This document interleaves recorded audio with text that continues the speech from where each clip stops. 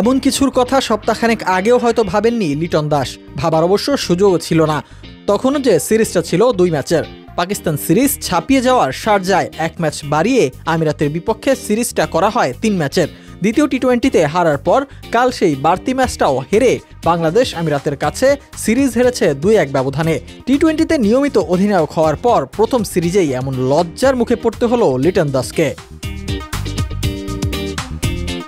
তবে আমিরাতের কাছে এভাবে সিরিজ হেরে যাওয়াটা অবশ্য বাংলাদেশের জন্য অভাবনীয় কিছু নয়। এর আগে সহযোগী দেশ যুক্তরাষ্ট্রের কাছে সিরিজ হেরেছিল দলটা, যার প্রথম বর্ষপূর্তি হবে আগামীকাল 23 মে। এরপর আমিরাতের কাছে হারাটা হয়তো অতটা তেতো ঠেকছে না, সে বিষয়টি লিটন দাসের কথাতেও স্পষ্ট।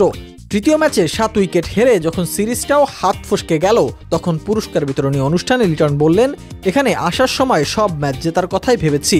সিরিজ হেরে যাওয়া জীবনের অংশ। ক্রিকেট খেললে যখন প্রতিপক্ষ ভালো খেলবে তখন তাদের কৃতিত্বটা দিতেই হবে। তৃতীয় টি-20তে হারটা বাংলাদেশের আদৃষ্টে লেখা হয়ে গেছে ওই প্রথম ইনিংসেই। আগের ম্যাচে 205 রান করেও জেতা যায়নি। শেষ ম্যাচে যখন 84 রান তুলতেই 8 উইকেট খুইয়ে বসলো দল, তখনই নিশ্চিত হয়ে গেছে শারজার নিখাত ব্যাটিং স্বর্গে এই ম্যাচ আর জেতা হচ্ছে না। শারজার উইকেট বোলারদের জন্য বদ্ধভূমি। তার সঙ্গে যখন রাতের শিশির যোগ হয় তখন কাজটা আরও কঠিন। নিজেদের ভুলের চেয়ে লিটন দাস বড় করে দেখলেন সব ম্যাচে পরে বোলিং করার ভাগ্যটাকেই। এ প্রসঙ্গে লিটন বলেন, আমরা আজ ব্যাটিংয়ে কিছু ভুল করেছি। আমার মনে হয় এমন কিছু আমরা এই উইকেট এই কন্ডিশনে করতে চাইনি। 3 ম্যাচেই আমরা আগে ব্যাট করেছি।